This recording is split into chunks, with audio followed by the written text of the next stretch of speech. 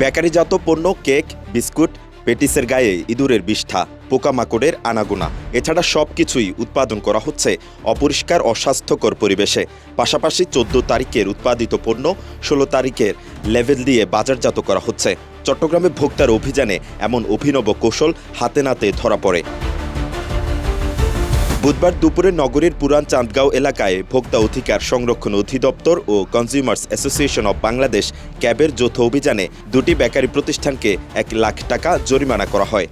আমরা দেখতে পেয়েছি ওনারা মোরগজাত যে বিস্কিট ওটা রেখেছে, প্রথমত ইঁদুরের বিষটা আছে এমন একটা পরিবেশে, বেশ কিছু অপরিষ্কার পরিচ্ছন্নতা রয়েছে। পাশাপাশি যেটা খুবই ইম্পর্টেন্ট আমাদের কাছে মনে হয়েছে, ওনারা মেয়াদটা এখানে একটা টেম্পারিং করেছে। আমরা এসব বিষয়ে আমলে নিয়ে ওনাদেরকে 80,000 টাকা জরিমানা করেছি সতর্কতামূলক। নগরীর পুরান চাঁদগাঁও পাঠানগোদা এলাকায় অবস্থিত মডার্ন হাসান বেকারি অ্যান্ড কনফেকশনারির কারখানায় অভিযান চালায় ভোক্তার কর্মকর্তারা। সেখানে উৎপাদিত খাবারের গায়ে ইঁদুরের বিষ্ঠা ও নোংরা পরিবেশে কাজ করার প্রমাণ মেলে। এসব অনিয়মের দায়ে প্রতিষ্ঠানটিকে 80,000 টাকা জরিমানা করা হয়।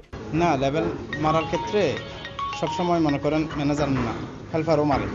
তো দুই দিন ভুল হয়ে গেছে, কারণ বলছি এটা ভুল হয়ে গেছে, ভবিষ্যতে এরকম আর করবে না। ইঁদুরের ময়লা যেখানে দেখছেন সেটা ঠিক, কিন্তু এখানে আসলে বিস্কুট রাখা হয় না, ওটা হলো ময়দা রাখি, ময়দার বস্তা। একই এলাকার আরেক প্রতিষ্ঠান মেসার্স আল হাসান বেকারিতেও পাওয়া যায় প্রায় একই চিত্র। অপরিষ্কার ও অস্বাস্থ্যকর পরিবেশে খাদ্য উৎপাদনের দায়ে তাদের 20,000 টাকা জরিমানা করে ভোক্তা অধিকার।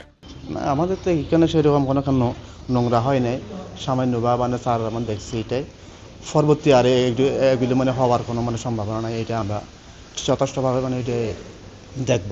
টানা তৃতীয়বার অর্জন করেছে দেশের সেরা সুপার ব্র্যান্ড স্বীকৃতি বসুন্ধরা টিস্যু। তবে সবকিছুর দায় স্বীকার করে পরবর্তীতে সতর্ক থাকার কথা জানান প্রতিষ্ঠানগুলোর দায়িত্বপ্রাপ্তরা।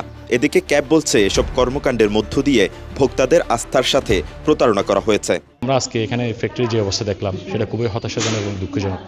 যেহেতু আমরা বলছি এখানে রেগুলেটরকে একটা শক্ত ভূমিকা পালন করতে হবে। দিনের পর দিন এই প্রতিষ্ঠানগুলো আমরা জানি যেগুলো বড় প্রতিষ্ঠান, কর্পোরেট গ্রুপ, ওদের একটা দায়িত্বশীল ভূমিকা আমরা কখনো দেখতেছি না। আমরা এখানে আজকে যেটা দেখলাম সেটা হচ্ছে এখানে যে খাদ্য প্যাকিং করা হয়েছে সেই প্যাকিংটার আজকে ধরুন 14 তারিখ, এই মেয়াদটা দেওয়া হয়েছে 18 তারিখ, 20 তারিখ, 16 তারিখ, অর্থাৎ অ্যাডভান্স ডেটে পণ্য বিক্রয়ের জন্য একটা প্রতারণা, মানে ভোক্তাদের সাথে সরাসরি যে পণ্যটা আজকে উৎপাদন হচ্ছে বা গতকাল উৎপাদন হয়েছে সেটা যদি আপনি 1 সপ্তাহ অ্যাডভান্স ডেট দিয়ে দেন, সেটা সরাসরি ভোক্তাদের সাথে প্রতারণা এবং যে আইনে আছে অনেক জরিমানা আছে। কিন্তু আজকে এখানে অস্বাস্থ্যকর যে পরিবেশ আমরা দেখলাম, ওদেরকে যে মানে গাইডলাইন অনুযায়ী যে খাদ্যপণ্য রাখার ব্যাপারে সেটা খুবই ওরা অসচেতন এবং অপরিষ্কার পরিচ্ছন্নতা।